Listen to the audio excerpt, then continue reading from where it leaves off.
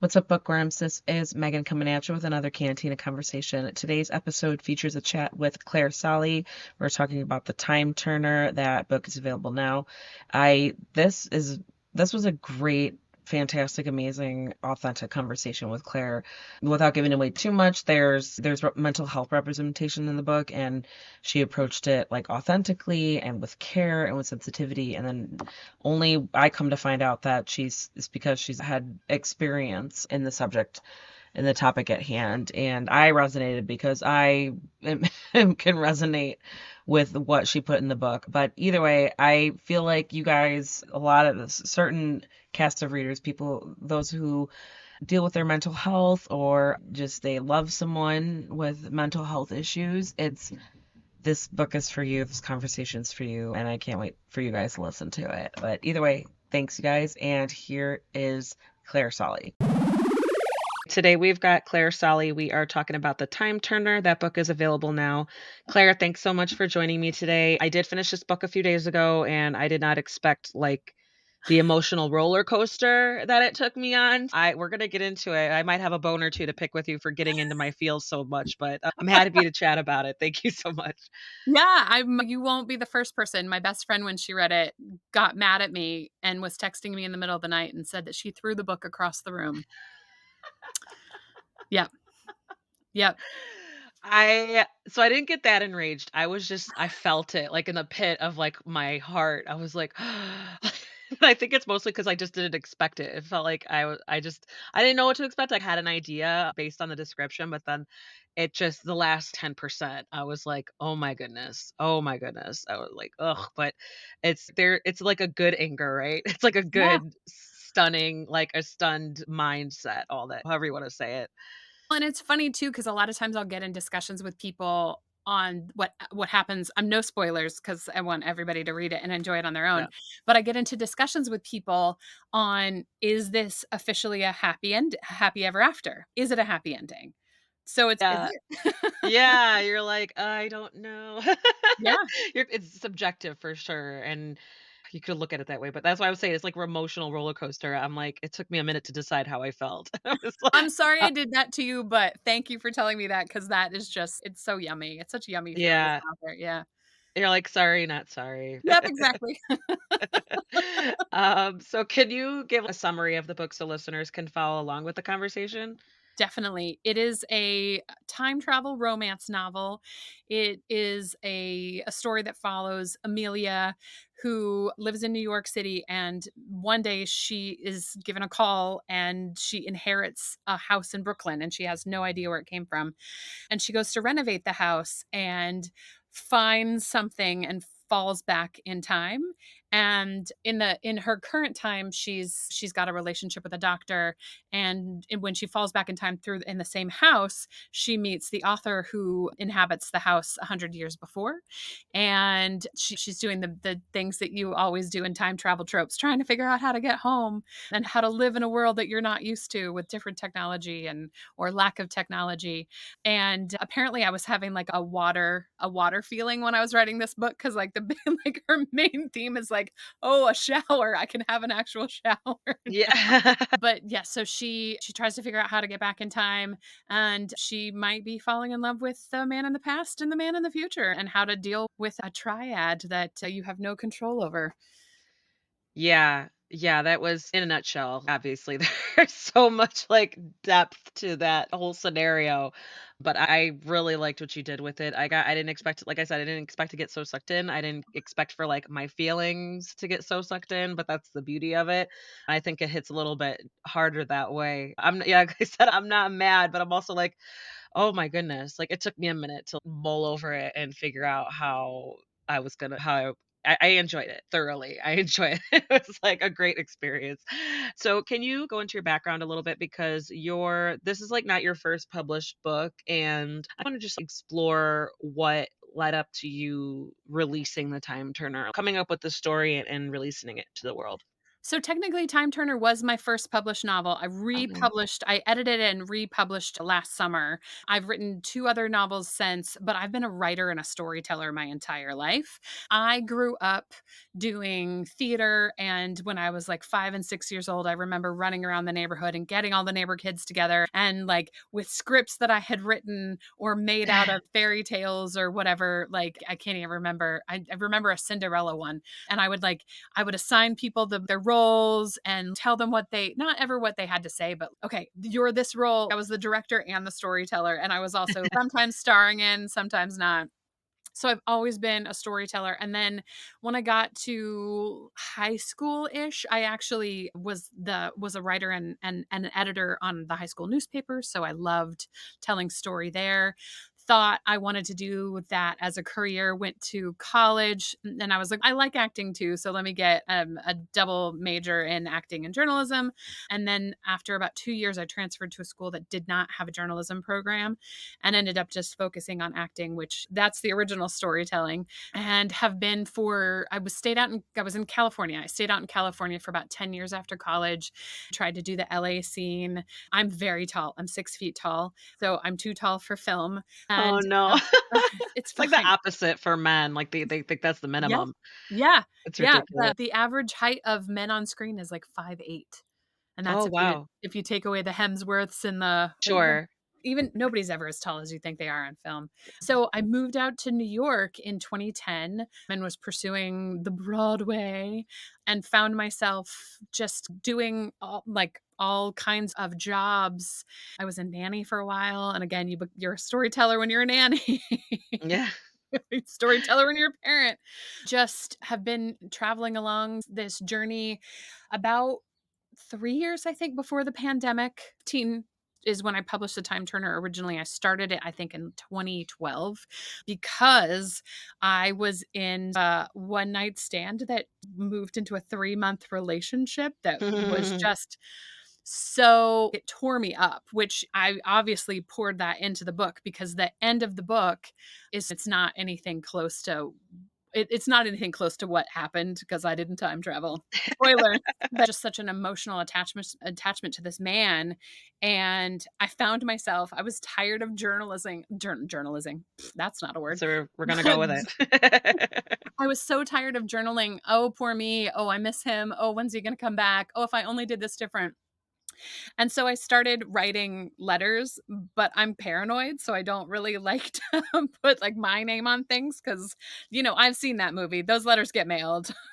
Right, yeah. Nope. But obviously, if you also put the addresses on them too, like Yeah, which, like, I didn't we were modern age, so I didn't know his in New York, you don't have okay. addresses, you go by cross Right. streets, so I was like, Yeah, "I don't know his exactly. address." We were always at my house.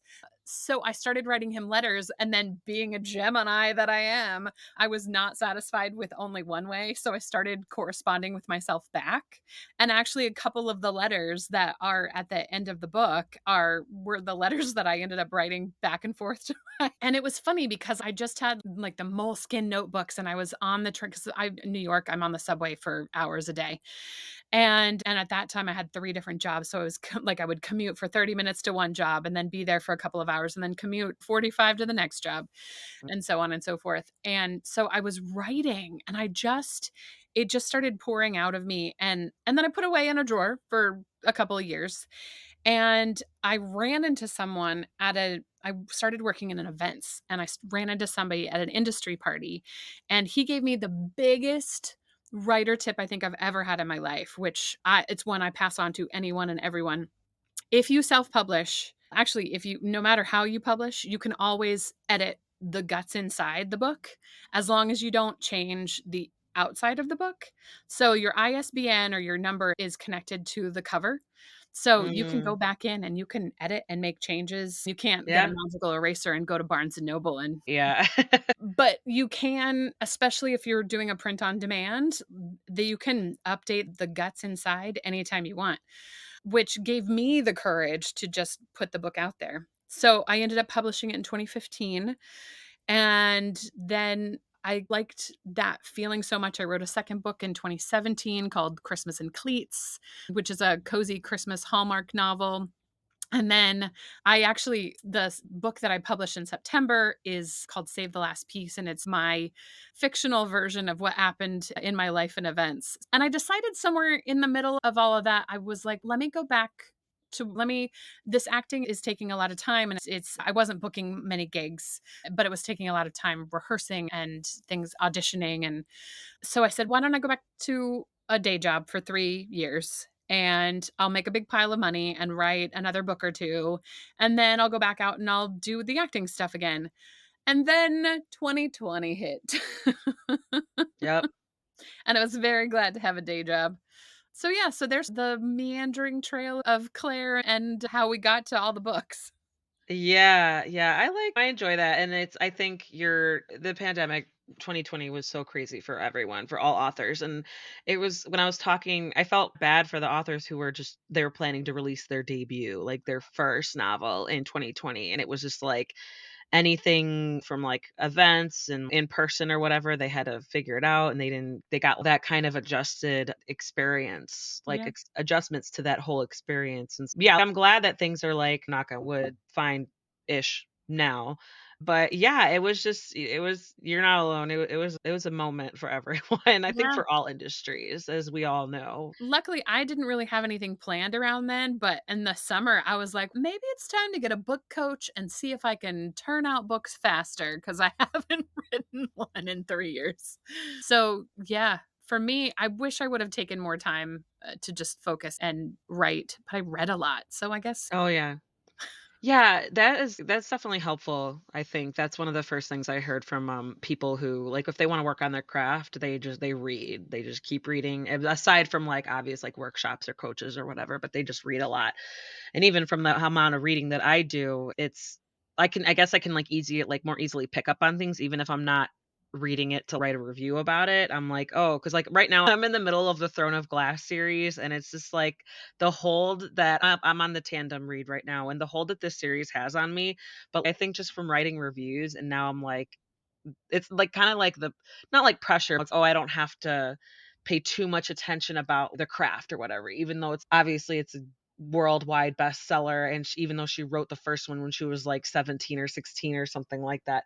So, yeah, things like what I do when I'm, like, not reviewing on books, I'm just like I notice myself picking up on those little things and seeing, "Oh, I wonder," like, questions that I would ask authors, I'd be like, "Oh, I wonder what was going through her head when she wrote this," or when what I think of questions of, "Oh, which scenes did she hate to write, or which scenes were the most enjoyable for her?" Things like that where I ask authors. So it's interesting to see that I notice that the more you read, for sure, even if depending on what you're looking for. So I yeah, read books that, like, I miss maybe a little sometimes I'm just, like, underwhelmed or there's just not my thing, and I'll read other reviews and stuff, and, like, people just love them, and I'm like, "That's great." That's the beauty of books, is just that it could be something for everyone, and so, yeah, just the vast amount of reading not only just helps you notice things, but then it's also, like, it even inadvertently, like, even if you're not paying attention to what you notice, like, not yeah, trying, you, like, yeah. totally that's really cool, though, I think that's super helpful. So then what genre are you drawn to then? Because is it, like are your other 2 most more romances too then? Yeah, I tend to write romance. I wish I could rewrite fantasy more, but my mind I have so both of my parents are psychologists, and then I have a master's in psychology, and because of the theater, I am so much more intrigued by how people treat other people and being observational of all that. I don't necessarily come up with the fantasy dragon Yeah. vampire worlds. I just don't have those. I love reading them, but Yeah. like I'm like I don't know, I couldn't come up with this. Like I sometimes I can't even envision what's been written and so in fantasy books, but I love how people and different species and things interact. But I will hardcore always be a romance girl. Give me romance any day. I there there comes a time from probably October through December, my television's just constantly on Hallmark just because it's like mindless. You don't have to worry about anything ending badly. It will always be happy. I do the romance with a twist because Yep. Yeah. Time travel could be argued there's a little that fantastical element, right? Yeah. Because it's obviously not, as far as we know, it's not possible. It's like Yeah. imagined and right.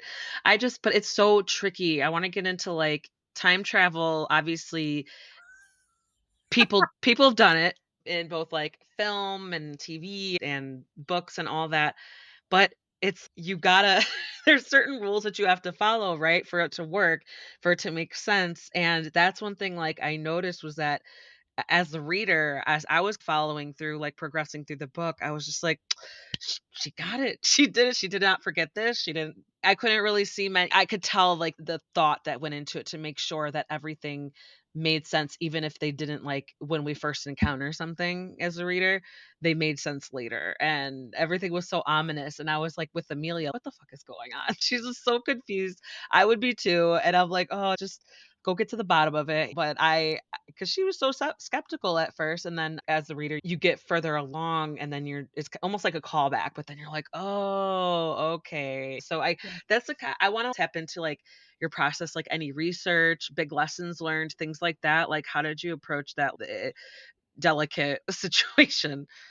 So, I'm glad you bring that up. Yeah, I was very mindful about so many rules, and I unintentionally made this book hard on myself because the biggest thing with time travel is you have to make sure that you keep your through line and keep things straight and somebody didn't some you can't in any story you can't like misplace. I don't know why this is coming up. You can't like misplace a hairbrush but then somebody finds it 20 pages before. Although it's time travel so yes you could. You have to be good with your timeline, which I wrote the end of the book first. I wrote the eighths of the book, the back. Then I wrote the beginning, and then I changed some stuff and I moved it. And I'm a plotter, and I Yeah, there you go. actually am I tend to be more of a pant because I'll get an idea and I'll start running with it.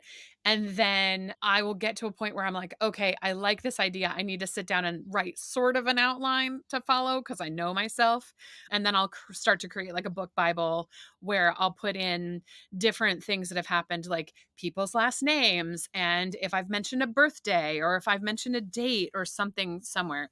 So, actually, writing this book and especially editing it years later, I found that the process that I use where I make myself a resource as I go is really great. Research, I've always been a huge fan of the movie Somewhere in Time, Christopher Reeve, and I love that movie. And I was at the time I was writing this, I was really into Doctor Who. Not that I'm going back into Doctor Who now because I just watched all the Christmas specials from this year. Okay. And then there's a Pride and Prejudice, and I forget and I'll once we're off this interview, I'll send you a message with the so you can share it. But there's a Pride and Prejudice that's 4 episodes or 6 episodes, and she's in modern day London and she loves Pride and Prejudice and then she falls back in time and she's like Lizzie Bennet, but yet not. And she knows she's not. And that one sticks out to me a lot because they decided to let her keep her leather jacket from the future. And so her Okay. leather jacket translated. And I had this question about clothing because Yeah. depending on time travel and who's writing it and whatever, like sometimes you end up with no clothes. Sometimes you're in your clothes from the time you're from and you have to scramble to find clothes so people don't think that you are out of this world. And I very intentionally decided that clothing, and this is not a spoiler either, but clothing changed to what it would be in the time period. And so I did a lot of research on because Amelia wears yoga pants. And I'm like, what would have been yoga pants Yeah. back there? And it's when I wrote the book in 2012, it was like some people wore yoga pants out in the world. There was a big "Are yoga pants" debate back then. It wasn't like now when people are just like, yoga pants, it's fine. Yeah. And then I did some research on the area in Brooklyn that I wrote on. I actually went over to Bolhumus Place. I don't know, like I picked the spot on a map. I don't just opened up Google Maps and was like, that looks good. And then went and wandered the neighborhood. And I actually picked the house that I wrote about and took some pictures of it and went and walked to the park. But that there was some research here and there about certain things that had happened and certain encounters with people. There's a character that is like a dressmaker, a tailor, and I looked that up a little bit too. And but really, other than that, it was. I guess that's a lot of research.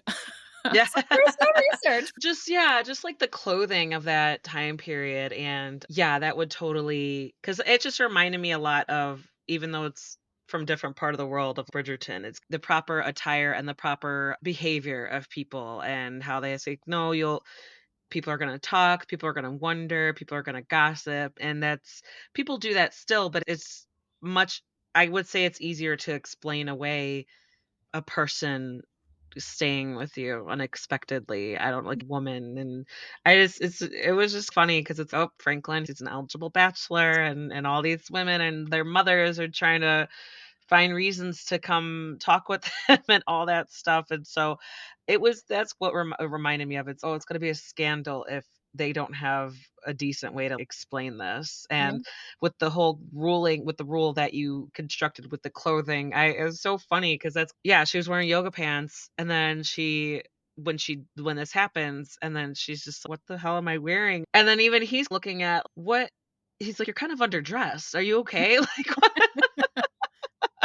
yeah, a strange woman showing up underdressed in your house, in your hallway, like, what is yeah. Yes, Yeah, I loved that, and how he was just like, "Okay, so then so it was like, what were you wearing? What would you guys use that for, like, in your yeah, time or whatever?" Yeah. yeah, I love that. That was, like, part of the humor of it because it makes yeah, it's like whatever rules you wanna follow, but that I think that was, like, one of the more enjoyable ones to me because it's I would probably be yeah, if I were in Amelia's shoes, I'd probably be running around with, like, shorts or yoga pants or yeah. whatever. She's I painting can't her house. imagine yeah, exactly. If I had a day like today, 'cause I work from home too, it's a day like today, I don't have to leave the house. Like I don't it's like sometimes I do just because I have to, but and I don't like I put on makeup for this and that was it. It was just like I'll throw something on because from the waist up, then we'll be good. It's just I totally that was and she wasn't expecting it either. So she wasn't what outfit should I wear for this time being? She Yeah, wasn't yeah, yeah. Yeah. it Well, was and it's super fun. interesting too, because clothing does come up several times in the book from the clothes that are in the suitcase at one point and the forethought to that, and so there was a lot of mapping out, a lot of thinking about designing the clothes, and yeah. Yeah. Yeah, I liked that. It was I imagine that's probably where you could also have more fun is just figuring it out. Oh, how are we gonna how are we gonna do this? And because yeah, like any period pieces or anything with time travel, any period pieces, if you're doing like a historical romance, it's you have to do your homework and it can be so tricky. And poor Amelia was like, she's not, corsets versus a bra. She's like, things like that. It was just it's something that maybe you don't always think about, but then, yeah, you're comparing the time periods, like Yeah. 100 difference. Yeah, I I so imagine that was fun. there's a scene where she falls on the bed and then she gets stuck because she's in a corset, and I actually made because I had a corset that fit me at the time, it doesn't anymore, but I actually put it on and, pulled it as tight as I could. I had my roommate, tie me into it, and I was, I'm like, "How do I get up? How do I" I love that. Act out the scene because Yeah, because she was struggling. She yeah, she yeah. didn't wanna ask for help. She was just like, "I don't even know what to do." It's Yeah. so funny. And then That's awesome. it's humorous for the reader too, because it's you can only imagine you're struggling with her, but at the same time, you're also like, "Why did you lay down? Yeah. Stop feeling sorry for yourself." I coulda told you that. Hopping off of that. So it's like dual timeline. How'd you get into the headspace? Was it challenging? I guess maybe because we're just following Amelia, and so she's the one doing the dual timeline technically. But was it difficult for you to like get in the headspace to switch back and forth, piggybacking off of what you were talking about earlier? Well, it's funny because it wasn't necessarily the timeline, it was more that I was head over heels for Franklin for a little bit, and then I was head over heels for the doctor for a little bit, and then it got to the point where I had actually written a really a scene that I had to rewrite that because the doctor just came off like a terrible person, and I was like, "Wow, I guess I don't like the doctor anymore? I don't know what's happening." Right. So it was yeah, it was more going back and forth between my 2 men that I had an Okay, issue with. versus the timeline. Yeah. Yeah, more but then again, that sort of makes sense from what I said before. Yeah. I'm interested in relationships more than wherever things are. Yeah, I think I could sense that in your writing, but maybe it was just because you knew where the story was gonna go and you had to figure out like how to get there. Because I I was swooning a little bit over Franklin as well, even though I think his name was Jack. I think the Jack, yes. doctor, yeah, I think he wasn't like on paper, he was almost Great. perfect. He was Yeah. doing everything, anything that she could have imagined, except with the whole he was a traveling doctor. So that obviously that threw a wrench into everything and made her consider, even just consider things, right? What does she want? What's important to her? Can she live a life consistently like this if he keeps getting pulled away for longer periods of time? So yeah, I was like, I didn't Jack, yeah, he was perfect. He was great on paper, and even like just their interactions and their relationship, it's she kept being drawn back to him. She kept thinking about him. She wasn't just gonna write him off so easily. She couldn't. And so that's what made it all the more like difficult for her. Like, as the reader, I felt her little the battle that she had within herself to try to figure out what she was gonna do. But also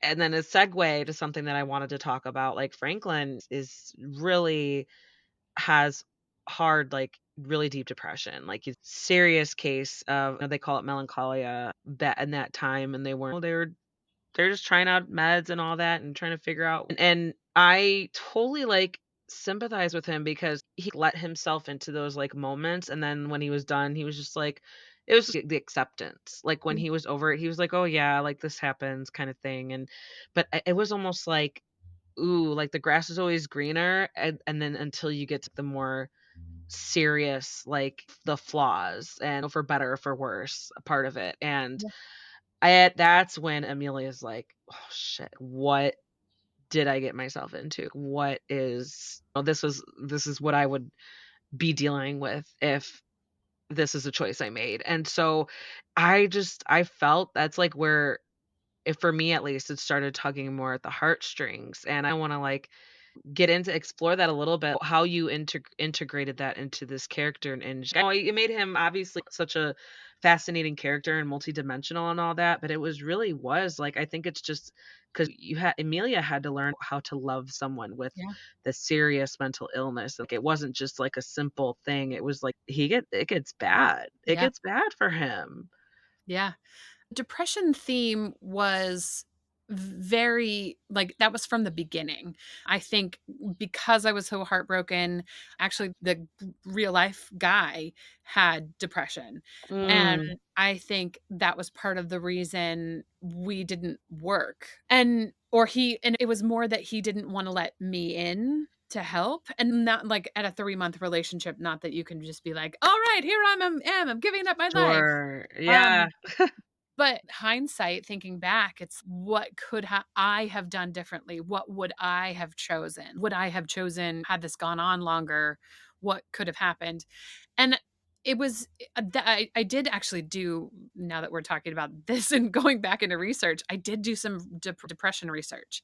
And they did have treatments and things back then, and some of it was crazy. This was the age of like lobotomies, and like they would do electric shock and things like that. And but there were also medicinal things too Yeah. and different routes.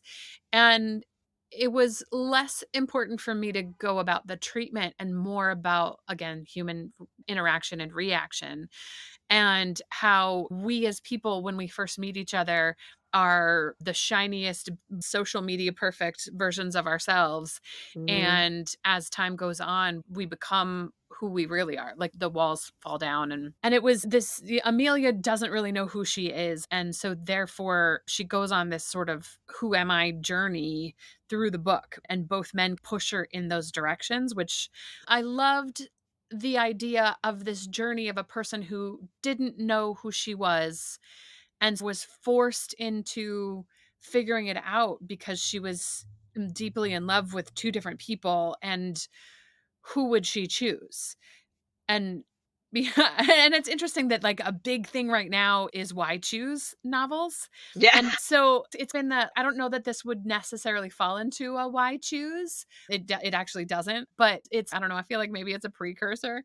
The fact that the depression, she had to figure out who she was, and that there's nothing you can do. Like for someone who is depressed, they have to help themselves. For anybody who has any kind of mental disease, they have to be their own hero first. They Yeah, have to they 100%. and that was an important message from I don't know that I necessarily told it correctly, but it was important for me at the time to discuss it, to open up Yeah. the topic. Well, yeah, because that reflects, like you said, like, your own experience, and maybe there was, like I bet there was something therapeutic about it to Yeah, just work it out and forgive yourself, n or not be hard on yourself. I don't think you really need to apologize for everything, especially since it seemed like it was a shorter relationship, and there was just, like so you were limited in your, resources and your experience. Well, I wouldn't say resources, because of the psychology background, I feel like maybe you were more comfortable, like, approaching that type of conflict because you're familiar with it. I did minor in psychologies when I was in school, so I know, but I think I felt for Franklin because I was diagnosed with depression like over 20 years ago, and even now, like, I would say on and off therapy, on and off medication, but even now I think in the past 5 years I finally got that sweet spot, that magic sauce, that regimen, like, aside from just trying to get your vitamin D and trying to, get exercise and eat right and sleep well, those are the basics, but it's what is, like, a chemical imbalance for the most part. Some people, it depends, but, like, it I just felt for Franklin because I was like, "Boy, I feel you," and then I've also felt for Amelia because she had to learn how to be that partner, and so I think that makes sense, like, that kinda showed through your writing when you're developing the story that you had to that was a process for you too, that you had to walk yourself through it and, for lack of better words, like, forgive yourself for I don't think you should be too hard on yourself because it's hard, yeah, like, on both for to have a sides. partner, yeah, Yeah. and yeah. You said a lot of what, like, my response would be. I think it's important to know that if it's not your fault whether you are the person suffering from depression or the chemical imbalance, it is your brain's fault. You have a faulty brain and your hormone levels and your all your different levels are floopy and it's not you. And definitely go talk to somebody and get help, even if it's just starting a conversation with somebody that's close to you that you're like, I don't feel like I am a steady line all the time. And also for the partners of the people that are suffering, I have to take care of myself. And it was a 100%. long, and you were absolutely right that I was feeling guilty for so long, for years after, even after I don't feel it now, and I don't know exactly when it went away, but that I could not do anything to make this relationship survive. Again, it started as a one night stand and then lasted, so it wasn't the intention was never for it to be a long term, but it was I this, you this, sure, this sort of works. So the fact that I went that deeply emotional into it is still I was in a moment in my life. But again, it made for a great book, and I think it's an important discussion to have about instability, and you cannot save somebody who is not willing to save themselves. There's a Mm. on airplanes, they have you put your mask on Yeah. first. Yeah.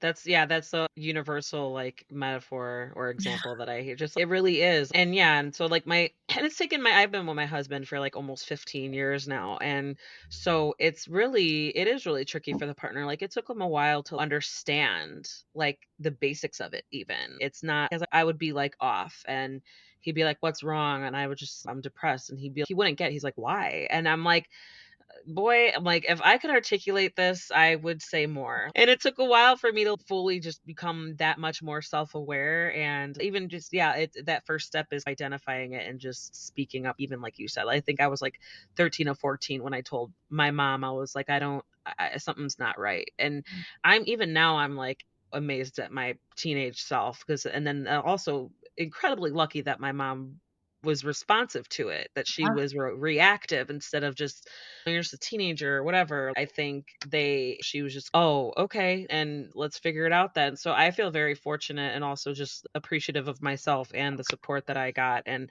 even though it took a long time for me to understand and to figure out, like I said, like that special sauce that was is gonna bring me like balance and stuff, and also just feel comfortable talking about it, like stuff like this. It's I don't care who knows that I have it because it's been a long time for me to get to this point where I'm like, no, I think I'm comfortable talking about because I know I'm confident in having a good hold on it and managing it. And I know if I do, I can identify my triggers now. Like I know, and thankfully, whereas before I would go maybe my episode would be like 5 days, like 4 or 5 days. Now it's maybe like a day.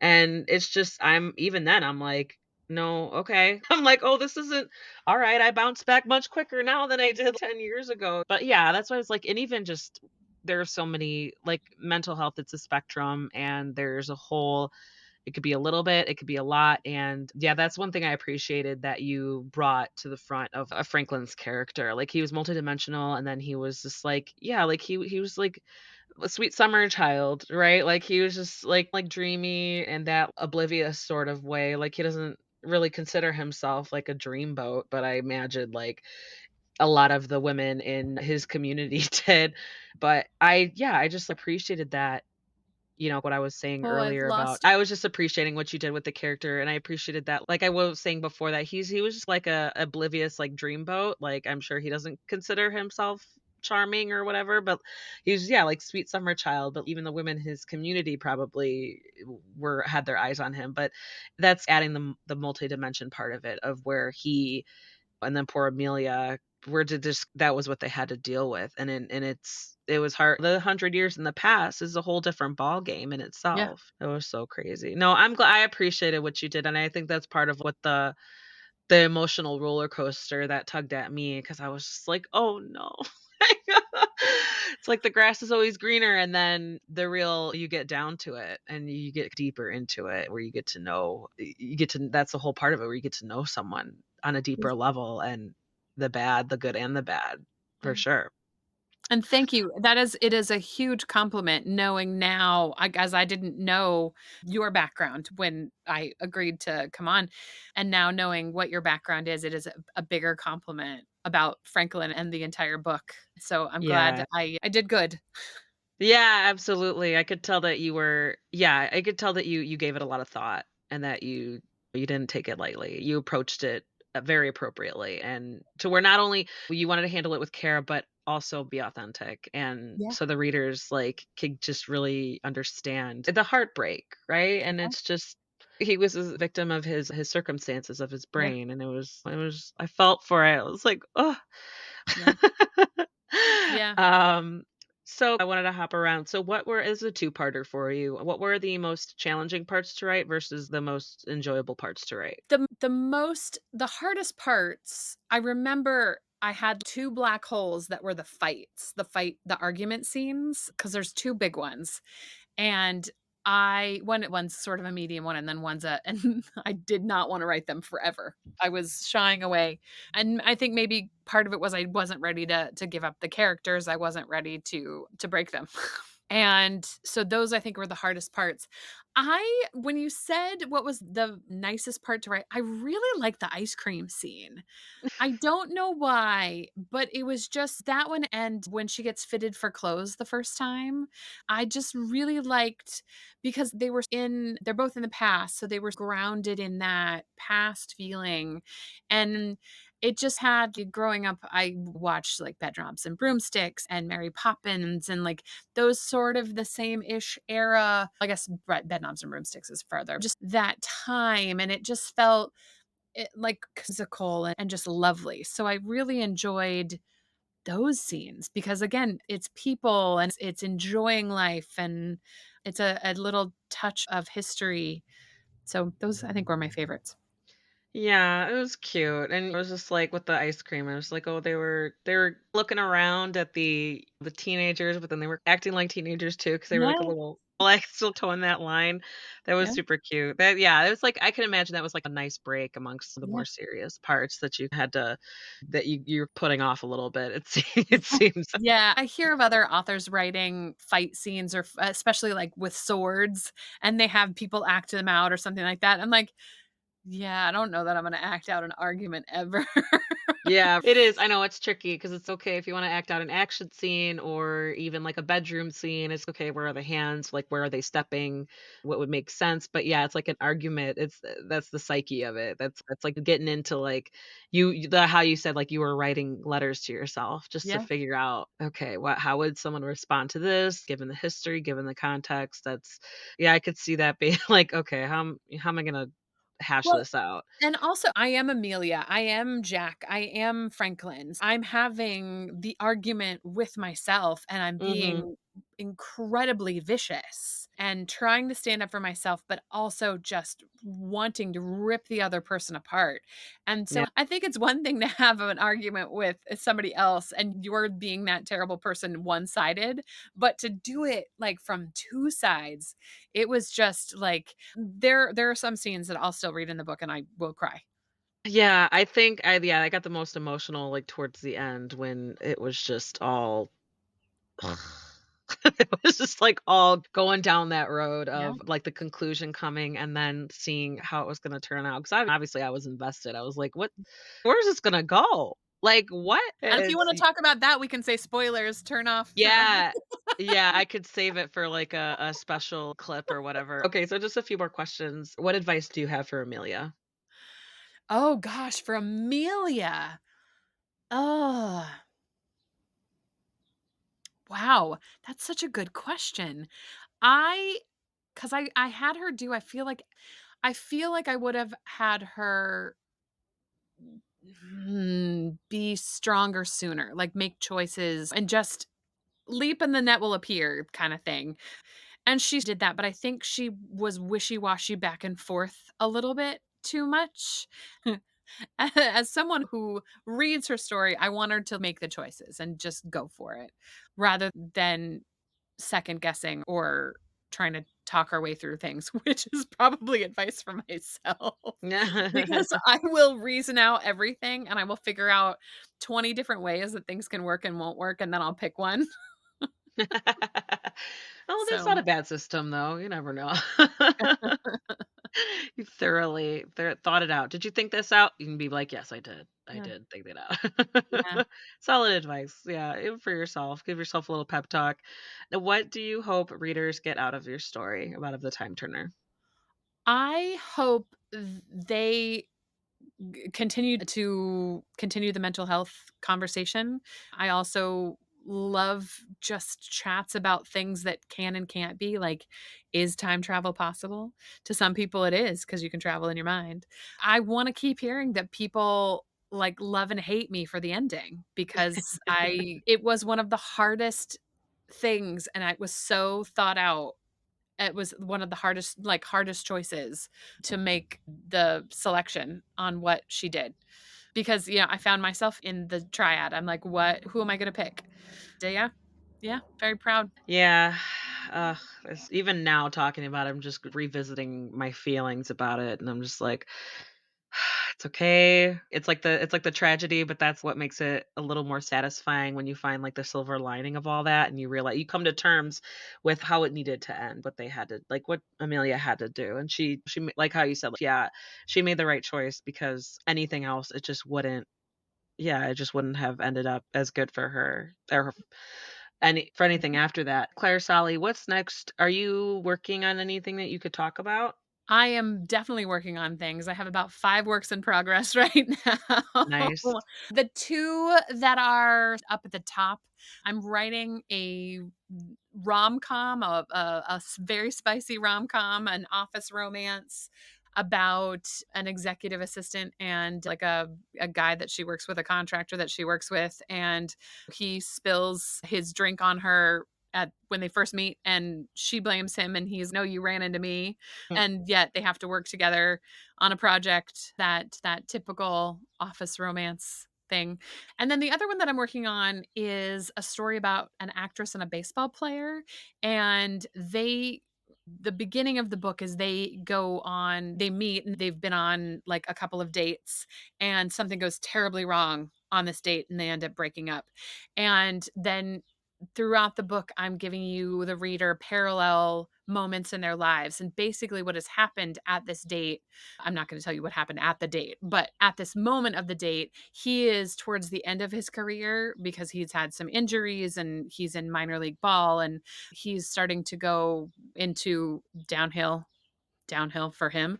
And Mm. then she has just started, she hasn't gotten her big break yet, but she's starting to escalate into her career. And so that you're going to get like parallel things from their lives. Her first paying job as an actress and his first major league or his first baseball game that he gets paid for. And then so you're getting dual POVs all through. And then it's going to accumulate to she sings the national anthem at a baseball game and mentions they ask her as they do in an interview like how are you interested in baseball and she's actually dated a baseball player once and then they're going to go find him and then put him on they want him to be on some sort of talk show and of course he's in financial struggles so he says yes and they end up meeting again 15 years later on this talk show and then things happen. Mhm, mhm. Oh, that sounds, yeah, really intriguing. Yeah, that's an interesting concept of, like, just they're on different paths, like timing again. We're all at the mercy of circumstances. So, Claire Solly, The Time Turner, that book is available now. Thank you so much for chatting, for getting deep. But yeah, if you wanna come back and when you got any of your other works up ready to come out, just feel free to come and we'll chat again. Amazing, happy to. Thank you for having me. And there you go. That was Claire Solly talking about The Time Turner. That book is available now. Rate, review, subscribe. Check out the show notes for links where to find her website, her book, and where you can follow her on social media. While you're on social media, please also find Cantina Book Club so you can help everybody out. If you're looking for new book recommendations, you can always reach out to me, Megan at cantinabookclub.com. Or if you follow me on social media, you'll see book recommendation like almost every day. But I do encourage you to check out the website, check out my book reviews, and also leave your own ratings and reviews when you're finding authors that you like, books that you like. It helps everyone out, like I said before. But as always, thank you guys so much for listening.